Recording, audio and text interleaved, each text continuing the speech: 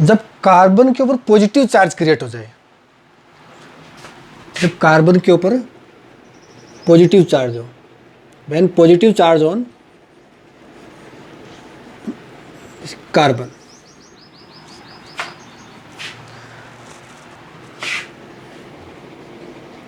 Suppose ये कोई species है हमारे पास, ये कोई कंपाउंड है, और इस कंपाउंड में यहाँ जो अक्ष लगा है, उस अक्ष की इलेक्ट्रोनेगेटिविटी जो है वो कार्बन से ग्रेटर है, तो इस बॉन्ड के इलेक्ट्रॉन कार्बन की ओर शिफ्ट होने लग जाते हैं, और कार्बन के ऊपर डेल पॉजिटिव और अक्ष के ऊपर डेल नेगेटिव चार्ज जो है वो क्रिएट होने लग जाता है।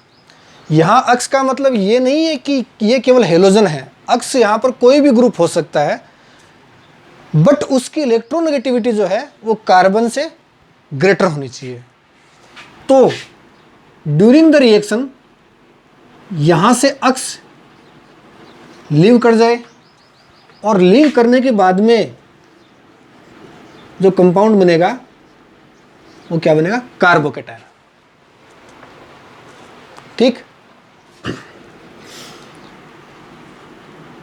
मेथेन ले लेते हैं।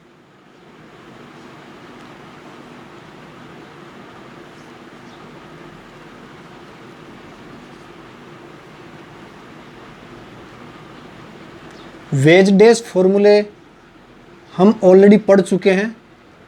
यहाँ कोई ग्रुप लगा है और इस ग्रुप की इलेक्ट्रोनेगेटिविटी जो है वो कार्बन से ग्रेटर है। हाँ हाँ हाँ, बिल्कुल हो सकता है, कोई भी ऐसा कंपाउंड हो, मतलब कोई भी ऐसा ग्रुप हो या कोई ऐसा मतलब कोई ऐसा एटम हो जिसकी इलेक्ट्रोनेगेटिविटी क्या हो, कार्बन से लार्जर हो। हाँ बिल्कुल ले सकते हैं, हेलोजन ले सकते हैं, क्यों नहीं ले सकते। चलो यहाँ मैंने ये क्लोरीन ले लिया, ठीक है। अब हम सबको पता है कि क्लोरीन की इलेक्ट्रोनेगेटिविटी जो है वो कार्बन से क्या होती है, ग्रेटर होती है, ठीक है। तो यहाँ पर क्या हो जाएगा, ये क्लोरीन लीव कर जाएगा, और इसके बाद में ये कार्बोकेटायन बन गया, ये पॉजिटिव चार्ज, और अब इसके ऊपर वेकेंट पी बन चुका है, ठीक है। यहां पर कार्बन की जो शेप थी वो क्या थी, तो पहले इसका हाइब्रिडाइजेशन देखिए क्या था, sp3। अगर sp3 है तो शेप इसकी कौन सी हो जाएगी, टेट्राहेड्रल। टेट्राहेड्रल अगर शेप है तो बॉन्ड एंगल कितना हो जाएगा, 109 डिग्री 28 आर्क मिनट। क्यों, टेट्राहेड्रल इसकी शेप है, तो टेट्राहेड्रल शेप जो है वो किस टाइप की होती है, ये 3 ग्रुप इस टाइप से लगे हैं। क्यों, इस टाइप से, है ना, इस टाइप से लगे हैं, और एक ग्रुप कोई ऐसे ऊपर निकला हुआ है, वो टेट्राहेड्रल शेप हो गई। लेकिन जैसे ही एक ग्रुप निकल गया, अब केवल कितने एटम यहाँ पर बचे हैं, देखिए 3 एटम बचे हैं, फिर 3 ग्रुप बचे हैं। क्यों, तो जैसे ही ये ग्रुप निकला, इन्होंने अपनी शेप जो है वो चेंज कर ली। अब ये तीनों के तीनों क्या आ चुके हैं, इस टाइप से आ चुके हैं, यानी कि प्लेन में आ चुके हैं, ऐसे इस टाइप से। तो अब इसकी शेप जो है वो कैसी बन चुकी है, ट्राइगोनल प्लेनर। ट्राइगोनल प्लेनर इसकी शेप बन चुकी है, और वेकेंट पी यहाँ आ गया। तो अब बॉन्ड जो है यहाँ पर कितने बचे हैं, 3, तो इसका हाइब्रिडाइजेशन क्या हो जाएगा, sp2, ठीक है। बॉन्ड एंगल कितना हो जाएगा, 120 डिग्री। हाँ बिल्कुल काउंट कर सकते हो। देखिए यहाँ पर जो सिग्मा बॉन्ड है, नंबर ऑफ सिग्मा बॉन्ड यहाँ पर कितने, 4 हैं, और अगर 4 नंबर ऑफ सिग्मा बॉन्ड हैं, 4 हैं तो sp3 आ गया, और अगर 3 होते तो sp2 आ गया, और अगर 2 होते तो sp आ जाता। तो यहाँ पर 4 थे, sp3 आ गया। यहाँ पर कितने बचे हैं, 1 2 3, तो यहाँ पर हाइब्रिडेशन क्या आ गया, sp2 आ गया। अच्छा, number of electron on carbon कितने थे, यहाँ पर 8 थे, बट अब यहाँ पर कितने आ चुके, 6 आ चुके, 2 2 एंड 2। जो सिग्मा बॉन्ड है, एक के अंदर 2 इलेक्ट्रॉन होते हैं, और वैसे हम लोग पाई बॉन्ड से काउंट कर लेंगे। अब ये जो डाटा है वो हम लोग बार बार नहीं लिखेंगे।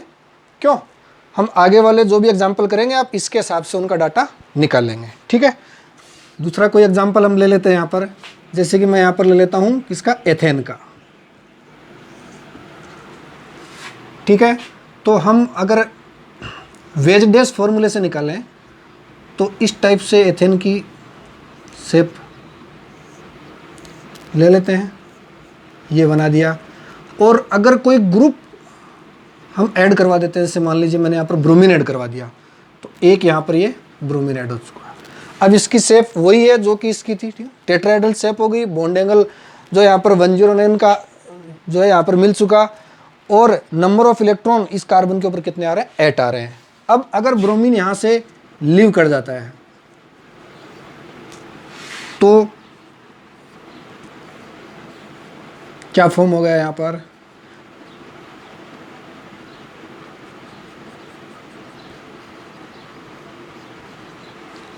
ये वेज, ये डैश, ये पॉजिटिव चार्ज क्रिएट हो गया और वैकेंट पी मिल चुका है यहाँ पर, ये वैकेंट पी पड़ा रहेगा।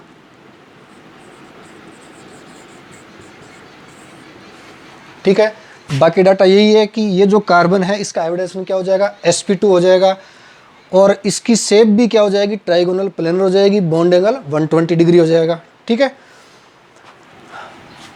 हम कुछ अनसैचुरेटेड लेके देखते हैं। अनसैचुरेटेड यानी जिनमें कार्बन कार्बन जो है उनके बीच में किस टाइप के बॉन्ड हो, ठीक है ना, अनसैचुरेटेड बॉन्ड हो, डबल बॉन्ड हो या फिर ट्रिपल बॉन्ड हो।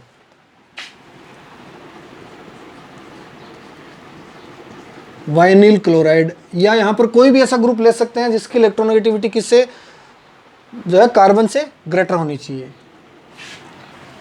अगर यहाँ पर क्लोरीन लीव कर जाता है तो CH2 डबल बॉन्ड CH और ये पॉजिटिव चार्ज।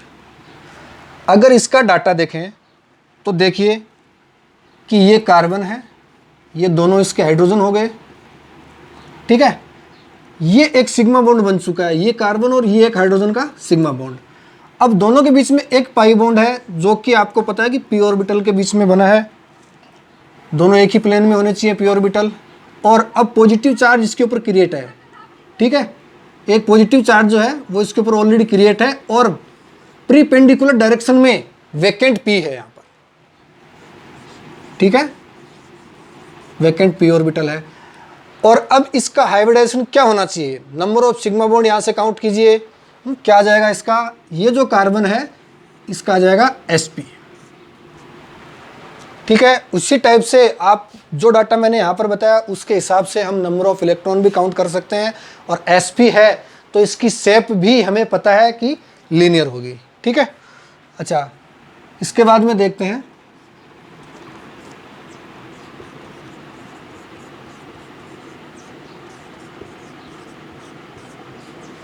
ये एलिल क्लोराइड। ठीक है, अगर इससे क्लोरीन रिमूव कर जाए तो CH2 double bond CH CH2 और ये पॉजिटिव चार्ज है। सेम हम इसका ऑर्बिटल डायग्राम अगर यहाँ पर बनाएंगे तो कुछ इस टाइप से बन जाएगा।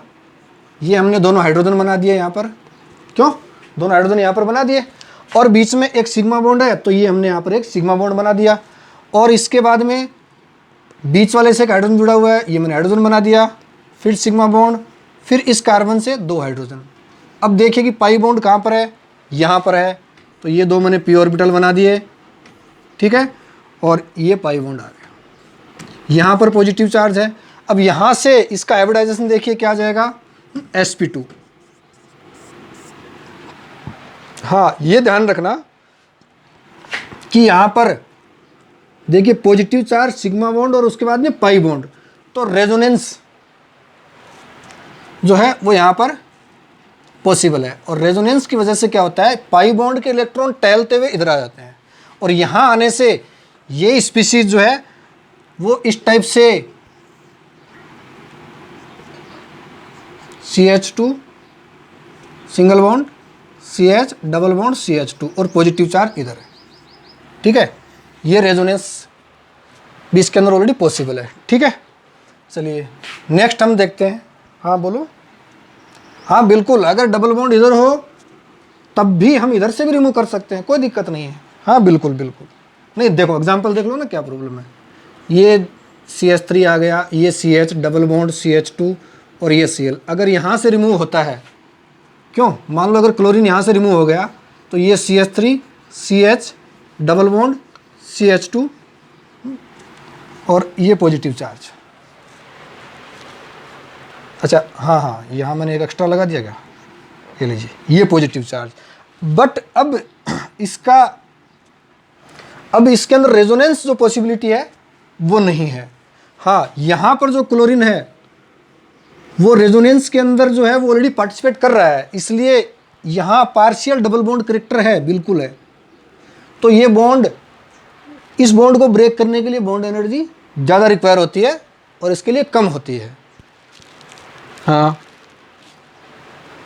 SP बिल्कुल। चलिए नेक्स्ट देखते हैं, अगर ट्रिपल बॉन्ड की पॉसिबिलिटी हो, ये क्लोरीन आ गया, ठीक है, तो CH ट्रिपल बॉन्ड C और ये पॉजिटिव चार्ज। अगर इसका ऑर्बिटल डायग्राम बनाएंगे तो कुछ इस टाइप से बन जाएगा कि ये एक हाइड्रोजन है, ये p ऑर्बिटल, ये सिग्मा बॉन्ड, और अब यहाँ तो ये पॉजिटिव चार्ज है, ये रहा। पाई बॉन्ड कितने यहाँ पर, 2 हैं, तो एक पाई बॉन्ड बन चुका, दूसरे p ऑर्बिटल इसके प्रीपेंडिकुलर डायरेक्शन में होंगे ऐसे, ठीक है, तो दूसरा पाई बॉन्ड ये हो गया। और ये भी थोड़ा सा खास हमें यहाँ पर ध्यान रखना है कि इसके पास वेकेंट p नहीं है, बल्कि इसके पास वेकेंट sp है, वेकेंट sp है, क्योंकि इसने 2 sp ऑर्बिटल बनाए थे, 2 sp होते हैं इसके पास। अरे भाई ये sp है ना, तो इसने 2 sp बनाए, जिसमें से एक इसने क्या कर लिया, ये सिग्मा बॉन्ड बना लिया और एक ये सिग्मा बॉन्ड। तो ये सिग्मा बॉन्ड ब्रेक हो चुका है, तो 2 sp में से एक sp इसने यूज कर लिया, एक sp इसके पास वेकेंट पड़ा हुआ है, ठीक है। और इसके बाद में हम कुछ 1-2 और एग्जांपल यहाँ पर देख लेते हैं, ठीक है। उसके बाद में हम स्टेबिलिटी देखेंगे, इसकी स्टेबिलिटी जो है वो किस तरह से चेक की जाती है।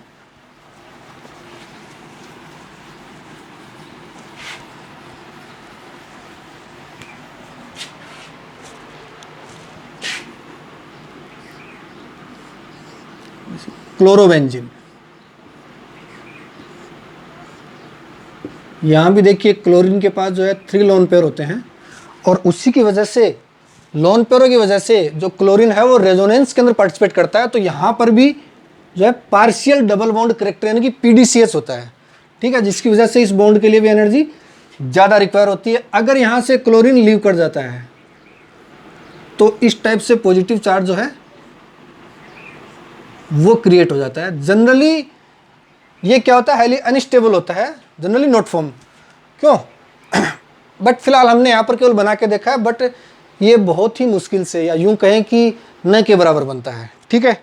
और दूसरी बात, हाँ हाँ बिल्कुल, नहीं ये पॉजिटिव चार्ज जो है वो रेजोनेंस के अंदर पार्टिसिपेट नहीं करता, ये रेजो स्टेबल नहीं है, नहीं बिल्कुल नहीं है। हाँ देखो क्यों नहीं है, देखो ये बेंजीन रिंग है, हमने लिटा के बना दी, 3 इसके अंदर पाई बॉन्ड है, जो कि किस टाइप से बने होंगे, ये p ऑर्बिटल एक ही प्लेन में है, तभी तो इनके बीच में पाई बॉन्ड बना है। ये p ऑर्बिटल ये भी एक प्लेन में, तभी इनके बीच में पाई बॉन्ड बना है, और ये एक प्लेन में, तभी इनके बीच में पाई बॉन्ड बना है, और ये सारे एक ही प्लेन में है, इसी की वजह से इनके अंदर रेजोनेंस पॉसिबिलिटी है। क्यों, तो ये क्लोरीन जो था वो इन p ऑर्बिटल के प्रीपेंडिकुलर डायरेक्शन में जो p ऑर्बिटल थे उनसे बॉन्ड बनाया हुआ था, किसने, इसने, क्लोरीन ने। अब जैसे ही क्लोरीन यहाँ से रिमूव हुआ तो यहाँ पर जो है पॉजिटिव चार्ज क्रिएट हो गया। अब जब ये इसके प्रीपेंडिकुलर डायरेक्शन में है, जब ये इनके प्लेन में नहीं है, तो रेजोनेंस पॉसिबल नहीं है, क्योंकि रेजोनेंस के लिए p ऑर्बिटल जो है एक ही प्लेन में होने चाहिए। तो यहाँ पर जो है वेकेंट sp2 है, वेकेंट sp2 है, ध्यान रखें, ठीक है। एक और एग्जांपल ले लेते हैं हम,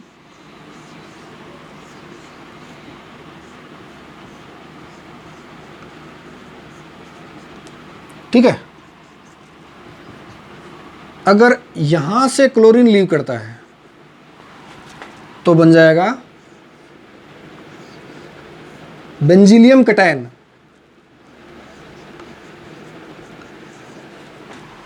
ये रेजो स्टेबल है।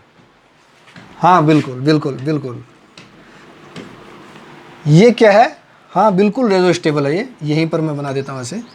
तो यहाँ से अगर ये यहाँ निकल जाएगा तो यहाँ पर जो है पॉजिटिव चार्ज क्रिएट हो जाएगा ऐसे, ये पॉजिटिव चार्ज क्रिएट हो जाएगा बिल्कुल। हाँ आगे और बन जाएंगे इसकी। ठीक है, तो अब हम बात करते हैं कार्बोकैटायन की स्टेबिलिटी की, कि कार्बोकैटायन जो है वो किस टाइप से मतलब कौन कौन से फैक्टर इनके अंदर काम करते हैं जिनकी वजह से इनकी स्टेबिलिटी जो है चेक की जा सकती है।